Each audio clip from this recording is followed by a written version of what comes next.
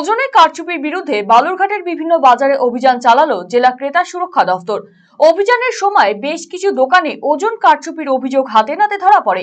পাশাপাশি বাজারের প্রতিটি সন্দেহজনক দোকানের যন্ত্রপাতি পরীক্ষা করেন তারা। অভিযোগ উঠেছে দীর্ঘদিন ধরে ক্রেতাদের ওজনে ঠকানো হচ্ছিল। সেই অভিযোগ পেয়ে এদিন বালুরঘাট বাজারে হানা দেয় ক্রেতা সুরক্ষা দফতর। জানা গিয়েছে অনেক দোকানদার ইচ্ছাকৃতভাবে জিনিসপত্র ওজনে কম দিচ্ছিলেন।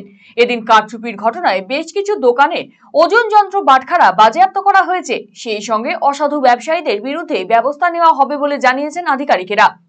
ক্রেতা সুরক্ষা দফতরের অ্যাসিস্ট্যান্ট ডিরেক্টর মনোজিৎ কুমার রাহা জানিয়েছেন, ক্রেতাদের স্বার্থ সুরক্ষিত করার জন্য এই অভিযান চালানো হয়েছে। কারচুপির বিরুদ্ধে কঠোর অবস্থান নেওয়া হচ্ছে। এরকম অভিযান আগামীতেও চলবে বলে জানিয়েছেন তিনি।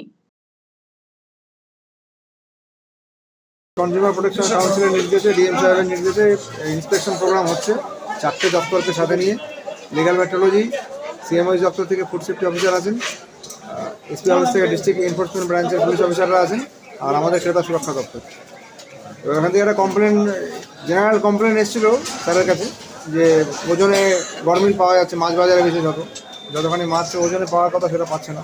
সেই কারণে উনি বলেছিলেন যে একটা স্পেশাল ড্রাইভ করার জন্য। আমরা আজকে এসেছি সকালবেলা। তো কিছু দোকানে ভালো পাওয়া গেছে, সবগুলোতে খারাপ পাওয়া গেছে বলবো না। বেশ কিছু দোকানে দেখতে পাচ্ছি ফুড লাইসেন্সও নেই, তাদের রেজিস্ট্রেশন রিনিউয়াল নেই, পাল্লা বাটখারায় যে থাকার কথা কাগজপত্র সেগুলো ঠিকমতো নেই। আমরা তাদেরকে যেগুলো গন্ডগোল আছে সেগুলো সব সিজ করা হলো। সেগুলো ঠিক করে উপযুক্ত ফাইন দিয়ে তারা আবার ছাড়িয়ে নিয়ে যাবে। সেগুলো আমাদের লিগ্যাল মেট্রোলজি অফিস থেকে ঠিক করে দেওয়া হবে। আর বাকি যাদের ভালো পাওয়া গেছে সেগুলো ভালো ঠিকই আছে।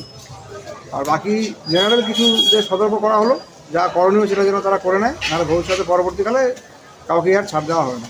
আপাতত এই মুভমেন্টে 4 জায়গা থেকে বাটখারা এবং ওজন যন্ত্রগুলো বাজেয়াপ্ত করা হয়েছে এবং যতদিন রিনিউয়াল বাকি আছে সেই হিসেবে ফাইন করে ওদেরকে করা হবে।